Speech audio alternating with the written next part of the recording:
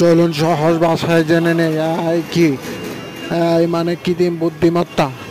English হলো artificial intelligence, Bangla হলো কৃত্রিম বুদ্ধিমত্তা।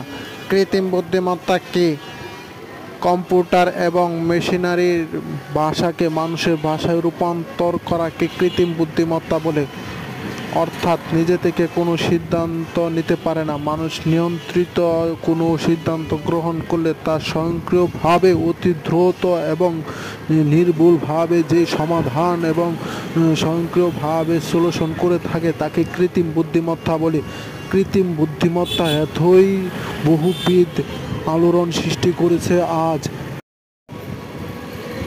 এর কার্যক্রম আমরা অনেক ক্ষেত্রে দেখতে পাচ্ছি, গাড়ি চালক থেকে শুরু করে বিমান, এমনকি যাত্রীবাহী অর্থাৎ মানুষ ছাড়া একে এআই এর মাধ্যমে নিয়ন্ত্রণ খুব সহজে করা যায়।